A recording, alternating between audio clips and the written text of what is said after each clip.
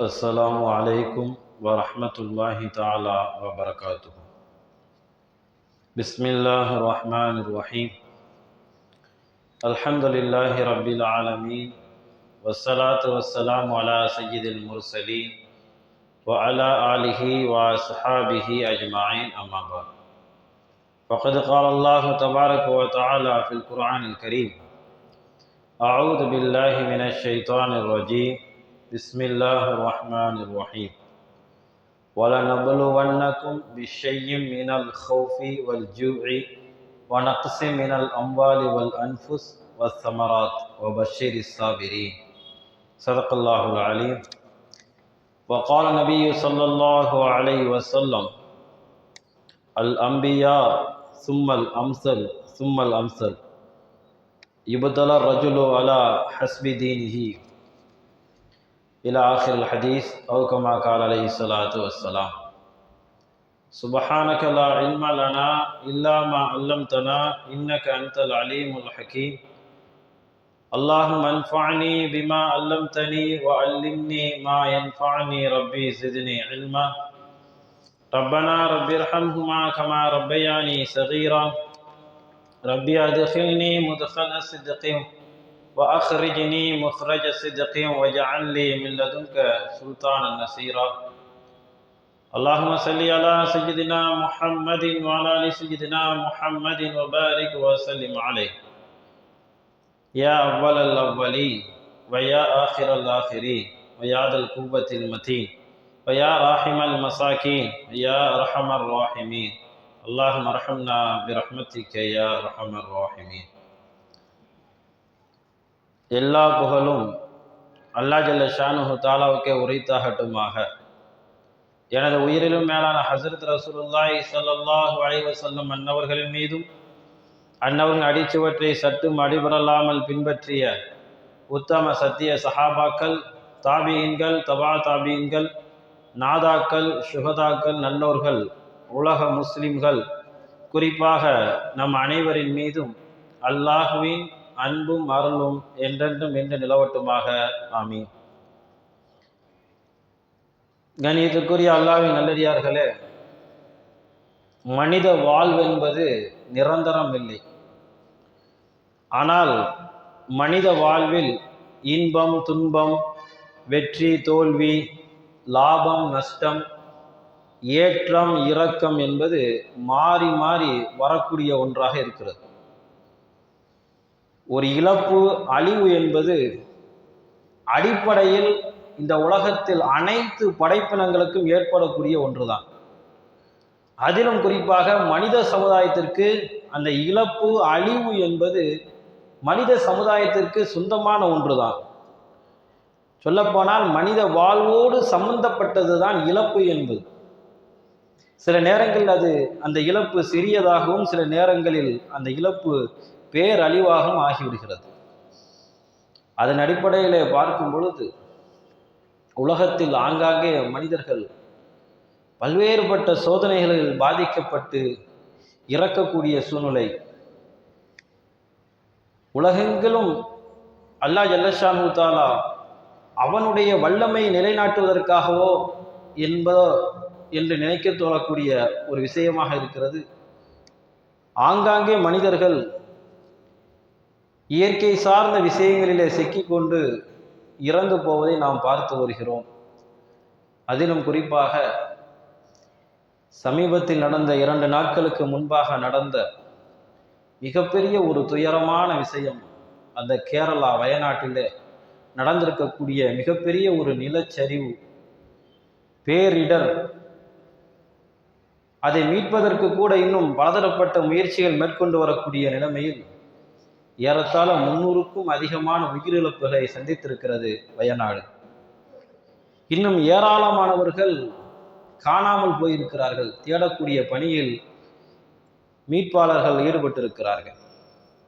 அல்லாஹ் ஜல்ல ஷானுஹு தஆலா இந்த சோதனைகள் எல்லாம் அவர்களுக்கு இலகுவானதாக ஆக்கி, மேற்கொண்டு உயிர் சேதங்கள் எதுவும் இல்லாமல் எல்லா மக்களையும் பாதுகாப்பான ஒரு சூழலை ஏற்படுத்தி தந்தல் புரிவானாக. ஆமீன். இன்றைய ஜும்மாவிலே வயநாட்டில் நடந்திருக்கக்கூடிய இந்த நிலச்சரிவு நம்முடைய பொறுப்பு என்ன என்ற தலைப்பின் கீழ் நாம் பார்க்க இருக்கிறோம். பொதுவாகவே பேரிடர்களை தவிர்க்க முடியாது. மனதில் நாம் பதிய வைக்க வேண்டிய செய்தி என்னவென்றால், ஆங்காங்கே அழிவுகள் ஏற்பட்டு கொண்டுதான் இருக்கும். இது அல்லாஹ்வுடைய நியதி. பேரிடர்களை தடுத்து நிறுத்த முடியுமா, அல்லது இனி வரும் காலங்களிலே அப்படி ஒரு நிகழ்வு வராமலும் தடுக்க முடியுமா என்று கேட்டால் தடுக்க முடியாது. அல்லாஹ்வுடைய ஏற்பாடை அப்படித்தான் வைத்திருக்கிறான். வசனத்திலே சொல்லி காட்டுவான், வல நபுலுவன்னக்கும் பிஷையின் மினல் ஹௌஃபி வல் ஜூஇ வ நக்ஸி மினல் அம்வாலி வல் அன்ஃபுஸ் வஸ் ஸமராத் வ பஷ்ஷிரி ஸாபிரீன். அல்லாஹ் ஜல்லஷானு தஆலா இந்த மனிதர்களை எப்படி சோதிப்போம் என்ற விஷயத்தையும் வசனத்திலே சொல்லி காட்டுகின்றான். பயத்தை கொண்டு சோதிப்போம், தோட்டத்துறவுகளை அழிப்பதன் மூலமாக சோதிப்போம், செல்வங்களை கொஞ்சம் குறைவு ஏற்படுத்துவதன் மூலமாக சோதிப்போம், உயிர்களின் மூலமாக நாம் சோதிப்போம். ஆக மொத்தத்தில் அல்லாஹ்வுடைய நியதி இந்த உலகத்தில் வாழக்கூடிய அத்தனை நபருக்கும் சோதனை என்பது உண்டு. அதனால்தான் பேரழிவுகள் ஏற்படும் பொழுது நாம் சிந்திக்க கடமைப்படக்கூடிய விஷயம் ஒன்று, இது அல்லாஹ்வுடைய அச்சப்படக்கூடிய ஒரு சோதனையாக இருக்கலாம், அல்லது பொதுவாகவே யாராக இருந்தாலும் சரி, குறிப்பாக நல்லடியார்களுக்கும் சோதனை என்ற அடிப்படையில் இது எல்லோருக்குமானதான ஒரு சோதனையாக இருக்கிறது என்ற ரீதி நாம் சிந்திக்க கடமைப்பட்டு இருக்கிறோம். நல்லது கெட்டது என்பதை தெரிந்து கொள்வதற்காக அல்லாஹ் ஜல்லஷானு தஆலா சோதனைகளை ஏற்படுத்துகிறான் என்று ஒரு வசனம் சொல்லி தருகிறது. சோதனை, இப்பேற்பட்ட பெரும் சோதனைகள் எல்லாம் எதற்காக என்று பார்க்கும் பொழுது, நமது பொறுப்புணர்வை நாம் அறிந்து கொள்வதற்காக. குழந்தைகள், நம்முடைய பணிகள், இது சார்ந்த விஷயங்கள் வரும்போது நம்முடைய பொறுப்புணர்வு எப்படி இருக்கிறது? பொதுவாக சொல்லுவோம், உனக்கு கல்யாணம் ஆகிவிட்டது, குழந்தைகள் வந்து விட்டார்கள், நீ பொறுப்பாக நடந்து கொள்ள வேண்டும். புதிதாக நிறைய முதல் போட்டு நீ தொழில் வைத்திருக்கிறாய், பொறுப்பாக நடக்க வேண்டும். கொஞ்சம் நீ அசந்தாலும் கூட உன்னுடைய தொழிலுக்கு ஆபத்து வந்துவிடும், கவனமாக இருக்க வேண்டும். உன்னுடைய மனைவி மக்கள் வீட்டிலே இருக்கிறார்கள், நீ ஒரு நாள் கூட சும்மா இருக்க முடியாது, தினமும் நீ சம்பாத்தியத்திற்கு செல்ல வேண்டும். இதுவெல்லாம் பொறுப்புணர்வு சார்ந்த விஷயங்கள்.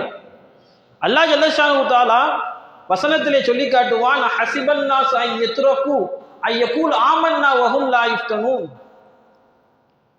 நாங்கள் அல்லாஹ்வை ஈமான் கொண்டு விட்டோம் என்று சொன்னால் மாத்திரம் போதும், உங்களை எல்லாம் சோதிக்கப்பட மாட்டோம் என்று எண்ணிக்கொண்டிருக்கிறீர்களா?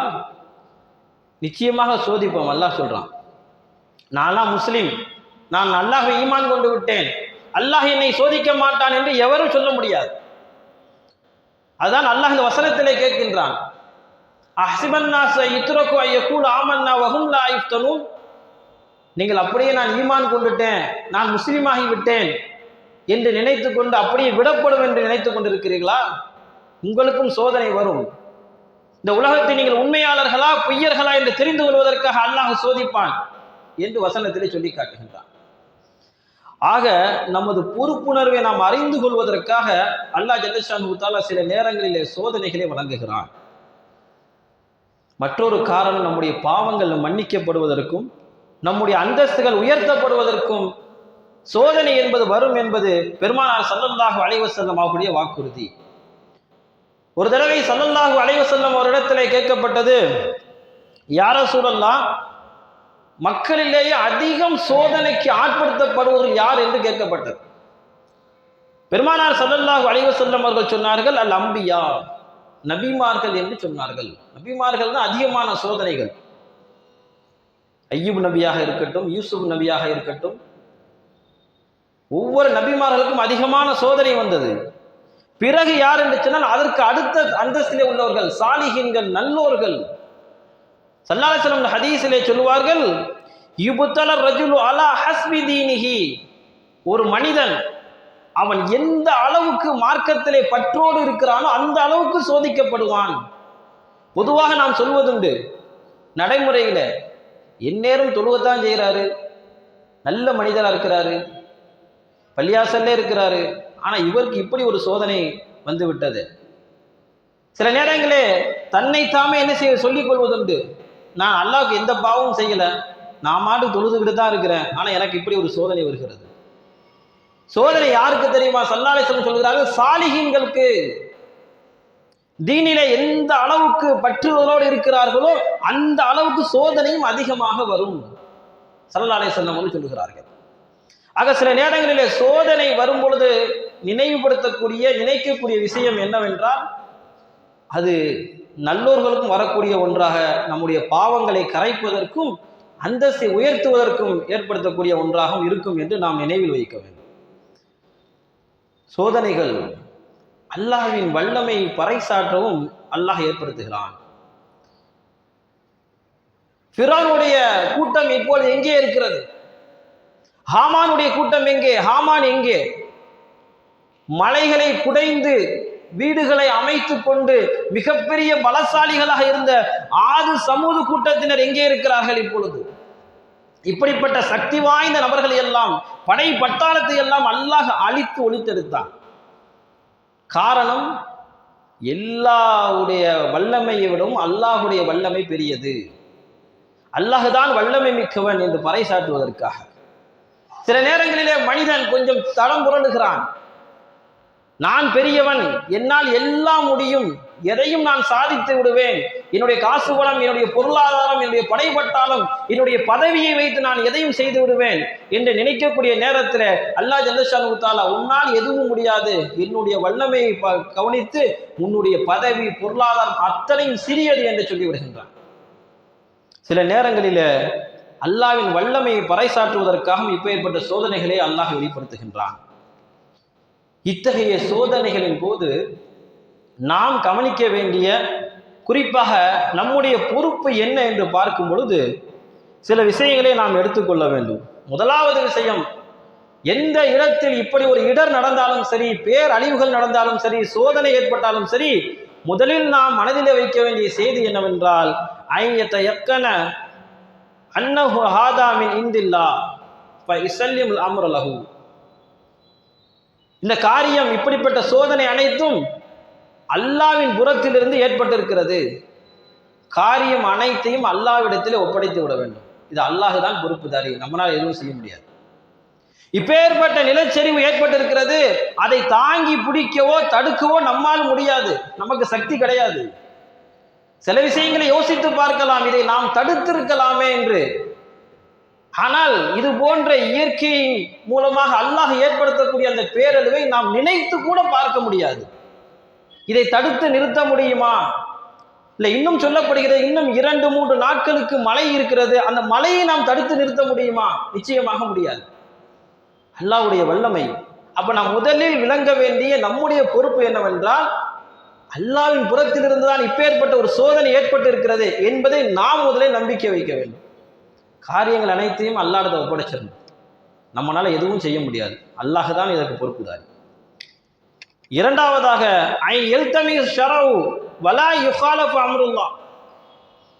ஷரியத்தை இந்த நேரத்தில் தான் பற்றி பிடிக்க வேண்டும். நாம நினைத்து கொண்டிருக்கிறோம், ஷரியத்துக்கு மாற்றமாக நாம் நடந்து கொண்டே செல்வோம், அல்லாஹும் அப்படியே விட்டு விடுவான் என்று நினைக்க கூடாது. ஷரியத்துடைய சட்டங்கள், அல்லாஹ் ரசூல் சொன்ன விஷயங்களை பற்றி பிடித்துக் கொள்ள வேண்டும்.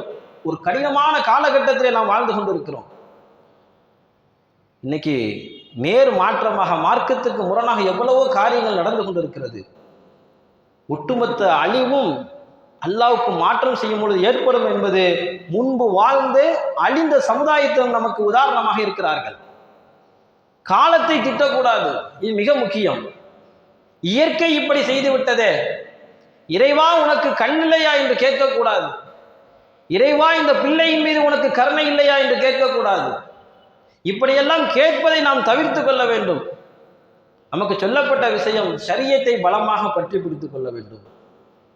கேரளாவில் இப்படி ஒரு துயர செய்தி நடந்திருக்கிறது. நம்மையும் இப்படி ஒரு சுற்றி வரக்கூடிய சூழ்நிலை எப்போது வேண்டுமானால் வரலாம். ஆகையினால் ஷரியத்தை நாம் பற்றி பிடிக்க வேண்டும் என்ற உணர்வு வர வேண்டும். அடுத்ததாக அல்லாஹ்விடத்திலே பாவ மன்னிப்பு. யா அல்லாஹ், எங்களுடைய பாவங்களின் காரணமாகத்தான் அத்தனையும் நடைபெறுகிறது, எங்களை பாவத்தெல்லாம் மன்னிச்சிருங்கன்னா அல்லாஹ்ட தஞ்சம் புகிறது. அடுத்ததாக, இப்பேற்பட்ட சோதனைகள் நடக்கும் பொழுது நம்மால் முடிந்த சில விஷயங்களை உதவி செய்கிறது. ஒருத்தர் கஷ்டப்பட்டு கொண்டிருக்கும் பொழுது, ஒருத்தர் சிரமப்பட்டு கொண்டிருக்கும் பொழுது அவருக்கு தேவையான பிரயோஜனமான செயல்களை நாம் செய்வது, இதுவெல்லாம் இப்பொழுது நம்முடைய பொறுப்பாக இருந்து கொண்டிருக்கிறது. சோதனைகளிலிருந்து காத்துக்கொள்ளக்கூடிய வழிமுறை இருக்கிறதே, அது மிக முக்கியம். அல்லாஹ்வினால் தீர்மானிக்கப்பட்ட ஒரு தண்டனையை கூட அல்லாஹ்விடத்திலே இறங்கி பாவ மன்னிப்பு கேட்கும் பொழுது அல்லாஹ் அதை தூரப்படுத்துகிறான். வரலாற்றிலே பார்க்கிறோம், ஒரே ஒரு நபிக்கு மாத்திரம், அந்த நபியினுடைய கூட்டத்தினருக்கு மாத்திரம் அல்லாஹ் ஜல்லஷானு தஆலா கடைசி நேரத்திலே மன்னிப்பு கேட்கும் போது ஏற்றுக்கொண்டான். முன்பு வாழ்ந்த சமுதாய மக்கள்ல நிறைய பேருக்கு என்ன செஞ்சான், அல்லாஹ் அழிச்சிட்டான். நபிக்கு மாறு செய்தவர்களை அல்லாஹ்வுக்கு மாறு செய்து ஒழித்தளித்தான். ஒரே ஒரு நபியினுடைய கூட்டத்தினர் கடைசி நேரத்தில் அல்லாஹ்விடத்தில் இறங்கினார்கள். அல்லாஹ் அவர்களுக்கு தர இருந்த தண்டனை என்ன செய்து விட்டான், நீக்கி விட்டான். யார் அந்த கூட்டத்தினர்? யூனுஸ் நபியினுடைய கூட்டத்தினர். யூனுஸ் நபி பல வருடங்கள் என்ன செஞ்சாங்க, உழைப்பு செய்தார்கள், மார்க்கத்தை எடுத்து சொன்னார்கள். கடைசியாக இவங்க வரமாட்டாங்க மார்க்கத்துக்கு என்று சொல்லி, இன்னும் 3 நாட்களில் உங்களுக்கு வேதனை வரும் என்று சொல்லிவிட்டு ஊரை விட்டு காலியாகி விட்டார்கள். 3 நாட்கள்ல வேதனை வந்துடும். மக்கள் எல்லாம் பார்த்தாங்க. ஒரு நாள் போகுது, அடுத்த நாள் பார்த்தா தென்றல் அடிக்கிறது, காற்று. கொஞ்சம் நேரம் ஆனதற்கு பிறகு அப்படியே அது கொஞ்சம் கொஞ்சமாக காற்று வேகமாக வீச ஆரம்பிக்கிறது.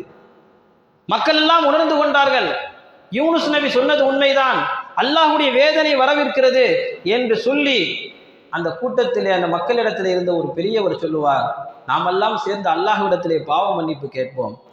நம்முடைய வீட்டு பெண்கள், குழந்தைகள், கால்நடைகள் அத்தனையும் கூட்டிக் கொண்டு மைதானத்துக்கு சென்று அல்லாஹ்விடத்திலே பாவ மன்னிப்பு கேட்போம் என்ற ஒரு ஆலோசனை சொல்லி எல்லோரும் சேர்ந்து போய் என்ன செய்வாங்க, அல்லாஹ்விடத்திலே தஞ்சம் புகுவார்கள். யா அல்லாஹ் எங்களுடைய பாவங்கள் எல்லாம் மன்னித்திரு என்று கெஞ்சுவார்கள். கடைசி நேரம், அத்தனை வருடங்கள் நபி உழைப்பு செய்தார்கள், அதையெல்லாம் கேட்கவில்லை. இருந்தாலும் கூட கடைசி நேரத்திலே வேதனையினுடைய ஆரம்பம், அல்லாஹ்வுடைய தண்டனையுடைய ஆரம்பம் வருவதை பார்த்து விட்டு அந்த மக்கள் கதறி கதறி அழுதார்கள். அல்லாஹ் ஜல்லஷானு தஆலா அவர்களுக்கு இறக்கவிருந்த அந்த சோதனையை, தண்டனை நீக்கிவிட்டான். குர்ஆன்ல அல்லாஹ் சொல்லுவான், பலவுலா கானத்து கரியத்துன் ஆமனத்து ஃபனஃபஅ ஈமானுஹா இல்லா கௌம யூனுஸ். யாருக்கு இப்படி ஒரு வாய்ப்பை கொடுக்கவே கிடையாது. அல்லாஹ் முடிவு செஞ்சிட்டான் அப்படின்னா ஒரு நீண்ட அவகாசம் கொடுப்பான், கொடுத்து முடிச்சதற்கு பிறகு அந்த மக்களை அழிச்சிருவான். ஆனா யூனுஸ் நபியுடைய கூட்டத்தினருக்கு மட்டும்தான் கடைசி நேரத்தில் அவங்க தௌபா செஞ்ச நேரத்திலும் கூட அல்லாஹ்வுடைய தண்டனையை நீக்கினான்.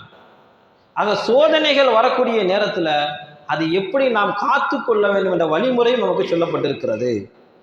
யூனுஸ் அலைஹிஸ்ஸலாம் அவர்களுக்கு ஒரு தனி சிறப்பு இருக்கிறது. மற்ற நபிமார்களுக்கெல்லாம் குறிப்பிட்ட பேர் தான் ஈமான் கொண்டாங்க. ஆனா இந்த நிகழ்வுகளுக்கு பிறகு யூனுஸ் நபியுடைய கூட்டத்தினர் அத்தனை பேருமே ஈமான் கொண்டு என்ன செஞ்சாங்க, இஸ்லாத்தை ஏற்றுக்கொண்டார்கள். காரணம், கடைசி நேரத்தில் அல்லாஹ்வுடைய தண்டனையை பார்த்து சுதாரித்துக் கொண்டார்கள். பேரிடர்கள் ஏற்படுகின்ற பொழுது அதிலிருந்து காப்பாற்றக்கூடிய வழிமுறைகள் நாம் கொஞ்சம் ஆராய வேண்டும். அந்த கடமையும் பொறுப்பும் ஒவ்வொரு தலைமையிடத்திலும் இருக்கிறது. தலைமை என்று சொன்னால் நாம் நினைத்துக் கொள்ளக்கூடாது, இருக்கிற அமைச்சர்கள் இருக்கிறது ஆக முக்கியமானவங்க நினைக்கக்கூடாது. ஒவ்வொருத்தரும் ஒவ்வொரு டீம்ல நம்ம இருப்போம். இந்த 4 பேருக்கு இவன் சொன்னா தான் கேட்பான், இந்த 10 பேருக்கு இவன் தான் லீடர், இந்த தெருவுக்கு இவன் தான் என்னது லீடர், அவன் சொன்னா தான் அவன் கேட்பாங்க. அவர் சொல்லிட்டாரா 10 பேர் ஒடியாந்துருவாங்க. அப்ப அவர் ஒரு லீடர், தலைவர்.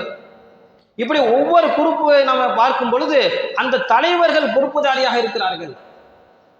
தலைமை என்ன செய்ய வேண்டும், இது போன்ற இடர்கள் ஏற்படும் பொழுது மக்களை காப்பாற்றக்கூடிய வழிகளை நாம் ஆராய வேண்டும்.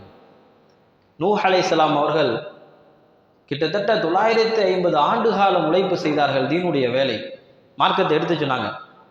அவர்களை ஏற்றுக்கொண்டவர் குறைவான நபர்கள் தான். கடைசியாக அல்லாஹ்வுடைய உத்தரவு, நீங்கள் ஒரு கப்பலை கட்டுங்கள், ஏன்னா ஒரு பெரிய வெள்ளம் வரப்போகுது. அல்லாஹ் என்ன சொன்னா, நூஹ் நபிக்கு ஒரு உத்தரவு, நீங்கள் கப்பலை கட்டுங்க. வஸ்னஇல் ஃபுல்க பிஅயுனினா வ வஹீனா. நூஹ் நபி கப்பலை கட்டினாங்க. அல்லாஹ்வுடைய தண்டனை வந்தது, மிகப்பெரிய வெள்ளம். இது என்ன வெள்ளம், இப்பொழுது பார்க்கக்கூடியது. நூஹ் நபியுடைய வெள்ளம் இருக்கிறதே, அல்லாஹ் ஜல்லஷானஹு தஆலா அந்த மக்களுக்கு நூஹ் நபியுடைய கூட்டத்தினருக்கு இறக்கப்பட்ட வெள்ளம் இருக்கிறதே, வானிலிருந்தும் மழை பொழிந்தது, பூமியிலிருந்து ஊற்றாக ஊறியது. அந்த அளவுக்கு மிகப்பெரிய வெள்ளம். யார் ஈமான் கொண்டார்களோ அவர்களை காப்பாற்றிக் கொள்வதற்காக நூஹ் நபிக்கு அல்லாஹ் ஜல்லஷானஹு தஆலா ஒரு உத்தரவு போட்டான், நீங்க ஒரு கப்பலை கட்டுங்க, அதுல யாரெல்லாம் இஸ்லாத்தை ஏற்றுக்கொள்கிறார்களோ அவர்கள் என்ன செய்யுங்க, அழைத்து செல்லுங்கள். அதே போன்றுதான் லூத் நபிக்கு சொல்லப்பட்ட விஷயம் என்ன தெரியுமா? அதிகாலையில் அல்லாஹ் ஜல்லஷானஹு தஆலா தண்டனையை கொடுக்க போறான் அந்த கூட்டத்தினருக்கு. இப்ப என்ன சொன்னா நபிக்கு?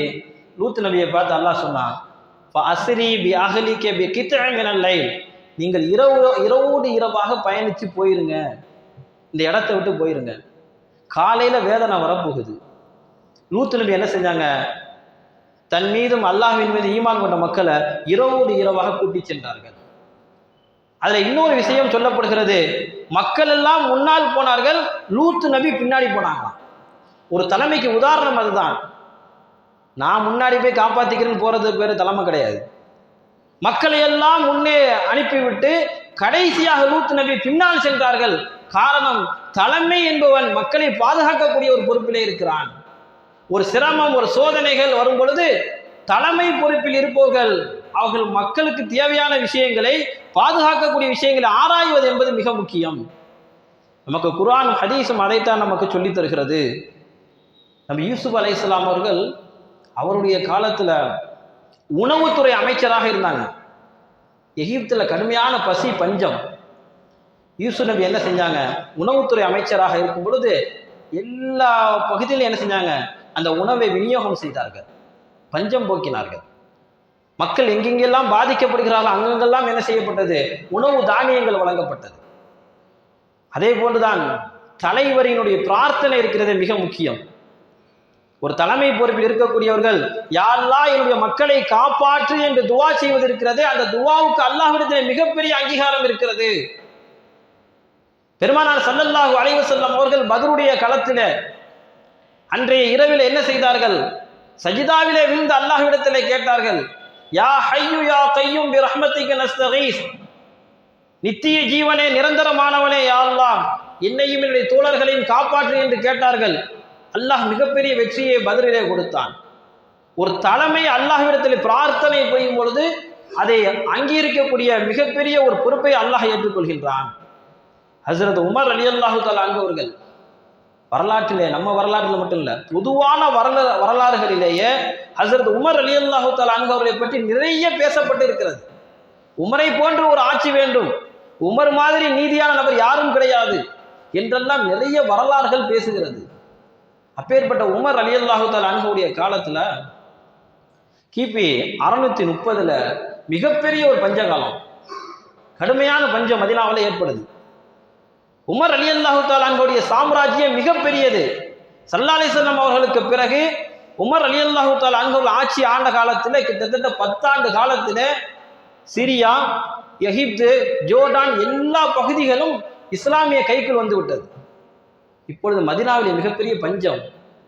ஹஸரத் உமர் ரலியல்லாஹு தஆலா அன்ஹு அவர்கள் கடிதம் எழுதுகிறார்கள் ஆளுநருக்கு, சிரியாவுடைய ஆளுநர், எகிப்தினுடைய ஆளுநருக்கு கடிதம் எழுதுகிறார்கள், பஞ்சமாக இருக்கிறது, உதவி செய்யுங்கள். ஒரு தலைமையினுடைய பண்பு அதுதான். சிரியாவினுடைய ஆளுநராக இருந்த அபு உபைதா ரலியல்லாஹு தஆலா அன்ஹு அவர்கள் மறுமொழியிலே கடிதம் எழுதுவார்கள், ஹஸரத் உமர் அவர்களே, உங்களுக்கு நான் உதவி செய்ய தயாராக இருக்கிறேன். எப்படி தெரியுமா? முதல் ஒட்டகம் சுமக்கக்கூடிய, உணவு தானியங்களை சுமக்கக்கூடிய முதல் ஒட்டகம் சிரியாவில் இருந்தால் கடைசி ஒட்டகம் அது மதீனாவில் இருக்கும். அந்த அளவுக்கு உங்களுக்கு உணவு தானியங்களை அனுப்பி வைக்கிறேன் என்று எழுதுவார்கள். இதுவெல்லாம் வரலாற்றிலே ஒரு தலைமை செய்யக்கூடிய மிக முக்கியமான செய்தி. மக்கள் பாதிக்கப்படக்கூடிய நேரத்தில் தலைமை என்ன செய்து விடக்கூடாது? அசந்து போய் விடக்கூடாது. அது அரசு துறையில் இருந்தாலும் சரி, பொதுவான நிர்வாக பொறுப்பில் இருந்தாலும் சரி, சொல்லப்போனால் ஒவ்வொரு டீம் என்று எடுத்துக்கொண்டாலும் அந்த டீமில் இருக்கக்கூடிய லீடர் அத்தனை பேருக்கும் இந்த பொறுப்பு என்பது இருக்கிறது. ஹஸரத் உமர் ரலியல்லாஹு தஆலா அன்ஹு அவர்கள் தலைமை பொறுப்புக்கும் சரி, நீதிக்கும் சரி, நேர்மைக்கும் சரி, அத்தனைக்கும் அவர்கள் முன்மாதிரியாக இருந்து வாழ்ந்திருக்கிறார்கள். ஒரு தடவை ஹஸரத் உமர் ரலியல்லாஹு தஆலா அன்ஹு அவர்கள் ஒட்டகத்தை குளிப்பாட்டி கொண்டிருப்பார்கள். வழியில் வந்த வழிபோக்கர் ஒருத்தர் கேட்பார், அமீரின் மூமின் அவர்களே, நீங்க போய் ஒட்டகத்தை குளிப்பாட்டலாமா? ஒரு வேலையாட்களை வச்சிருக்கலாமே. ஹஸரத் உமர் ரலியல்லாஹு தஆலா அன்ஹு அவர் சொல்வார்கள், என்னை விட ஊழியன் வேறு யாரு என்று கேட்பார்கள்.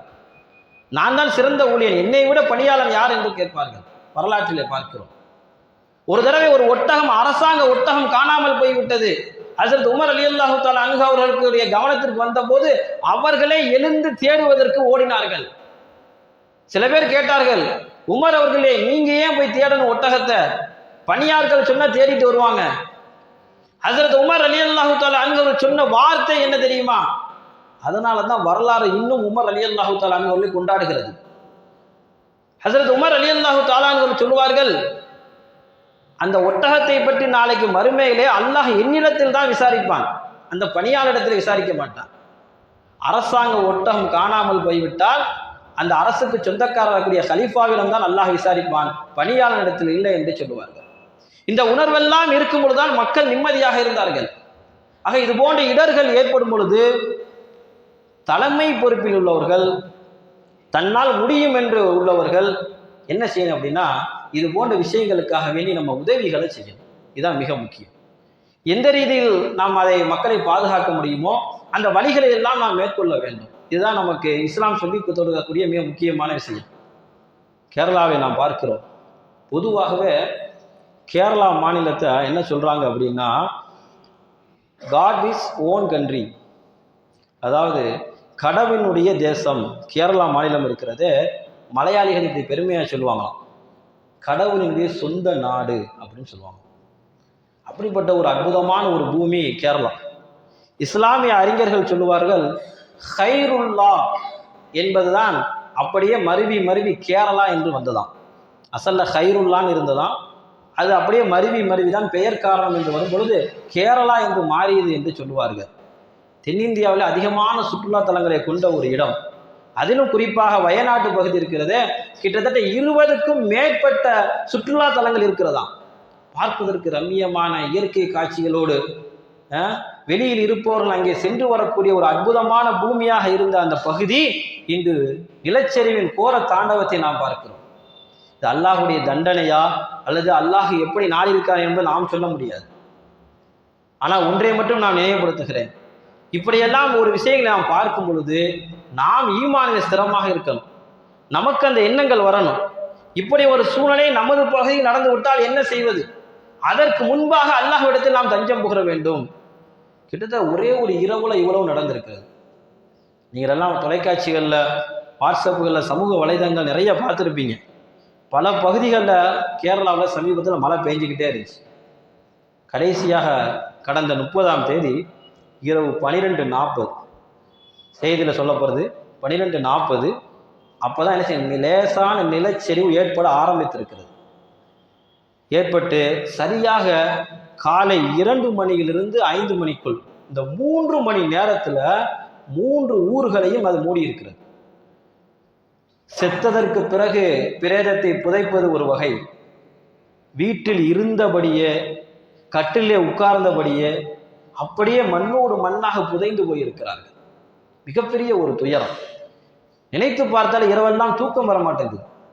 கொஞ்ச நேரம் நினைச்சு பார்த்தா அதில் சில பேர் தப்பிச்சு வந்த, உயிர் காப்பாற்றி உயிர் பெற்று வந்த சில நபர்கள் சொல்லக்கூடிய அந்த கண்ணீரான விஷயம் இருக்கிறது, மிகப்பெரிய ஒரு கோரமாக இருக்கிறது.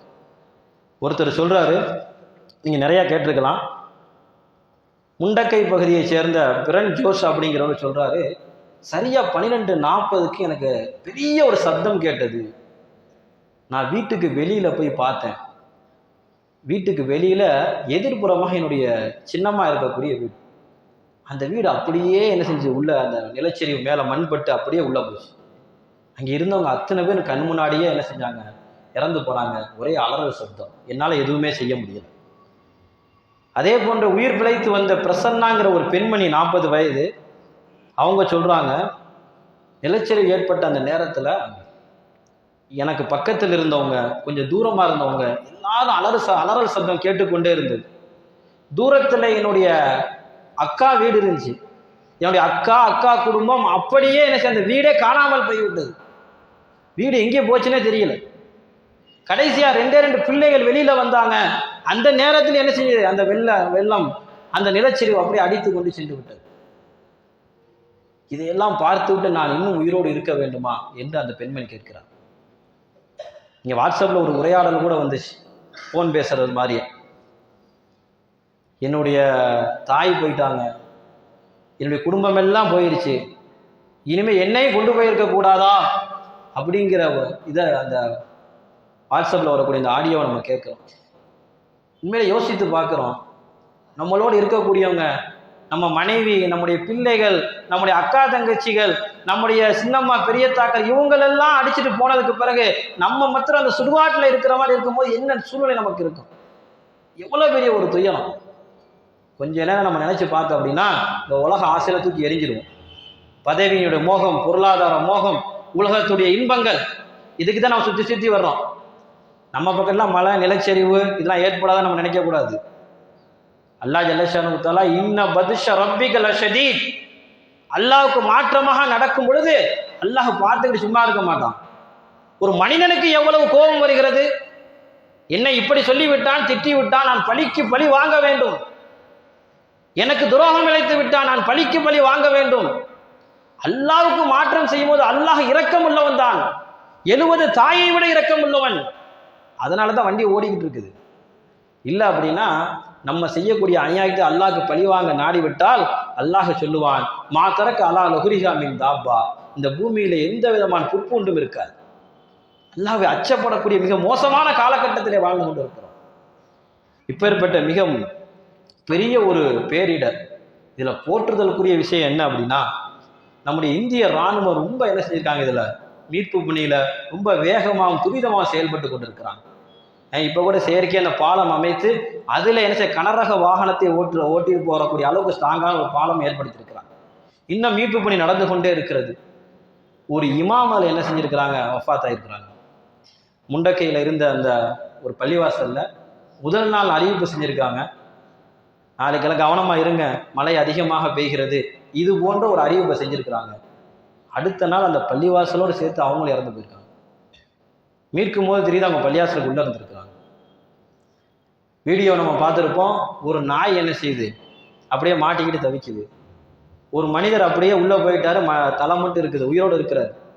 அதை அப்படியே மெதுவாக தோண்டி எடுக்கிறாங்க. தன்னார்வலர்கள் வீடியோ பார்க்கும்போது பார்த்தா ஒவ்வொருத்தரும் அப்படியே புதையிட்டு போயிருக்கிறாங்க. நம்ம யோசிக்க கடமைப்பட்டிருக்கிறோம், அல்லாஹ் நினைத்தால் இப்படியும் கூட ஆக்க முடியுமா? ஒரு இன்ப சுற்றுலாவுக்கு செல்லக்கூடிய இடம், பார்த்து ரசிக்கக்கூடிய ஒரு இடம், மனைவி மக்களோடு பிள்ளைகளோடு போகக்கூடிய இடத்துல இப்பேற்பட்ட ஒரு சூழ்நிலையை உருவாக்க முடியுமா? அல்லாஹ் ரப்புல் ஆலமீன் எதையும் நடத்துவதற்கு சக்தி பெற்றவன். அல்லாஹ்வுக்கு பயந்து வாழ வேண்டும். அல்லாஹ்வுக்கு பயந்து வாழக்கூடிய மோசமான காலகட்டத்தில் நாம் வாழ்ந்து கொண்டு இருக்கிறோம்.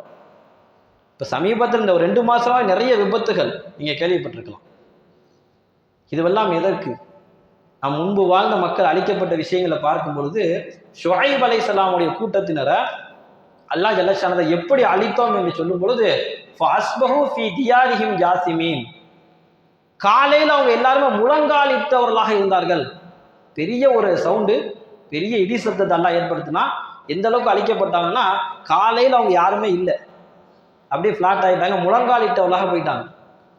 இன்னைக்கு ஒவ்வொரு நிகழ்வையும் பார்க்கும் பொழுது வீட்டில் இருந்தபடியே, கட்டில் உட்கார்ந்தபடியே, படுத்தபடியே எல்லாரும் என்ன செஞ்சிருக்காங்க, இரவு நேரத்தில் தூங்கி கொண்டு இருக்கும் பொழுது இப்பேற்பட்ட ஒரு விபத்து நடந்திருக்கிறது. நம்முடைய பொறுப்பு என்ன அப்படின்னா, முதல்ல அவங்களுக்காக நம்ம துவா செய்யணும். ஒன்று, இது அல்லாஹ்வுடைய ஏற்பாடு என்ன முழுமையாக நம்பணும். மூணாவது என்னென்ன அப்படின்னா, நம்முடைய வாழ்க்கையை சரி செஞ்சுக்கணும். நம்முடைய வாழ்க்கை நம்ம சரியாக தொழுகிறோமா, நம்ம பேணுதலாக பொருளாதாரத்தை வச்சுக்கிறோமா, ஹலால் ஹராம பேணி நடக்கிறோமா, யாரை ஏமாத்தாம வியாபாரம் பண்றோமா, தாய் தந்தையுடைய கடமையை நிறைவேற்றுறோமா, மனைவி மக்களுடைய கடமையை சரியா நிறைவேற்றுறோமா, வராசத்து சொத்தை சரியா பங்கிட்டு எடுத்துக்கிறோமா, இல்லை ஏமாத்துறோமா? இல்லை ஒன்றும் நம்ம கொண்டு போக முடியாது. ஒரு நிமிடம் தான் மவுத்து வந்துருச்சு அப்படின்னா எந்த சொத்தும் நமக்கு கிடையாது, எந்த மனைவி நமக்கு கிடையாது. மனைவி என்ன செஞ்சிருவாங்க, இதாவில் இருக்கிறதுக்கு விதவையாயிருவாங்க. பிள்ளைங்க வேணா என்ன செய்யலாம், அனாதை ஆயிடுவாங்க. எதுவும் நமக்கு சொந்தம் கிடையாது. அந்த சிந்தனை நாம் கொண்டு வர வேண்டும். அல்லாஹ் ஜல்லஷானு தஆலா வசனத்திலே சொல்லுவான், இந்த மழை எப்போ பெய்யும் அப்படிங்கிற விஷயத்த அல்லாஹ்வுடைய ரகசியமாக வைத்திருக்கிறான். கியாமத்து நாள் எப்போ வருங்கிறது அல்லாஹ் ரகசியமாக வைத்திருக்கிறான். ஒரு பெண்ணுடைய கருவறையில எது இருக்கும் என்பது அல்லாஹ் ரகசியமாக வைத்திருக்கிறான். ஒரு ஆத்மா எப்போது மௌத்தாகும் என்பதை அல்லாஹ் ரகசியமாக வைத்திருக்கிறான். எதையும் தடுப்பதற்கு நமக்கு சக்தி கிடையாது. கடைசியாக நாம் நினைவில் வைக்க வேண்டிய செய்தி, எல்லாம் அல்லாஹ்வை கொண்டு ஆகுது, அல்லாஹ்வை அச்சப்பட்டு வாழ வேண்டும். இறுதியாக அந்த மக்களுக்கு நம்ம நிறையா துவா செய்யணும். குறிப்பாக அவர்களுக்கு உதவிகள் நம்ம நிறையா செய்யணும். மனம் வந்து நம்ம இப்படி இந்த வீடுகள்லாம் உடைஞ்சு போய் உறவுகள்லாம் இழந்து தனியாக வெளியில் நின்றோம்னா நிர்கதியாக நம்முடைய நிலைமை என்ன? நம்மளுக்கு ட்ரெஸ் இல்லாமல், உடுத்துறதுக்கு ட்ரெஸ் இல்லாமல், நம்முடைய செய்தவைகளுக்கு எதுவுமே இல்லாமல், வீடு இல்லாமல், இருப்பிடம் இல்லாமல் அகதிகளாக இருந்து நமக்கு எவ்வளவு தேவை இருக்கும். அப்படித்தான் இன்னைக்கு மக்கள் அங்கே இருக்கிறாங்க. தற்காலிகமாக அந்த கேரளா கவர்மெண்ட் யாரும் இங்கே வராதேன்னு சொல்லியிருக்கிறாங்க. ஆக மொத்தத்தில் இன்ஷா அல்லாஹ் இந்த ஜும்மாவுக்கு பிறகு நிதி நிவாரணம் வசூல் செய்யப்படுகிறது. தமிழ்நாடு மாநில உலமா சபை நமக்கு அறிவுறுத்தலின் பேரில் தமிழ்நாடு முழுவதும் ஜும்மாக்களை இன்ஷா அல்லாஹ் வசூல் செய்யப்பட்டு கொண்டிருக்கிறது. நம்ம இன்ஷா அல்லாஹ் ஜும்மாவுக்கு பிறகு அதற்குரிய வசூல் செய்யப்படும். இன்ஷா அல்லாஹ் அனைவரும் தாராளமாக நிதி உதவி செய்யுங்க. யாராவது இங்கே அதிகபட்சமாக கொடுக்கணும்னு நினைக்கிறீங்க அப்படின்னா வீட்டில் போய் எடுத்துகிட்டு வந்து கொடுக்கணும் அப்படின்னு நினைச்சாலும் கூட இன்ஷா அல்லாஹ் தாராளமாக ஒப்படைக்கலாம். அவருக்கு நிறையா துவா செய்யுங்க, பொருளாதார உதவிகளை செய்யுங்க. அல்லாஹ் ஜல்லஷானு தஆலா இது போன்ற பேரிடர்களை விட்டும் உலக மக்கள் அனைவரையும் காப்பாற்றி அருள் புரிவானாக. ஆமீன். வாஹிர் தவான் அல்ஹம்துலில்லாஹி ரப்பில் ஆலமீன். அஸ்ஸலாமு அலைக்கும் வரஹ்மத்துல்லாஹி தஆலா வபரகாத்துஹு.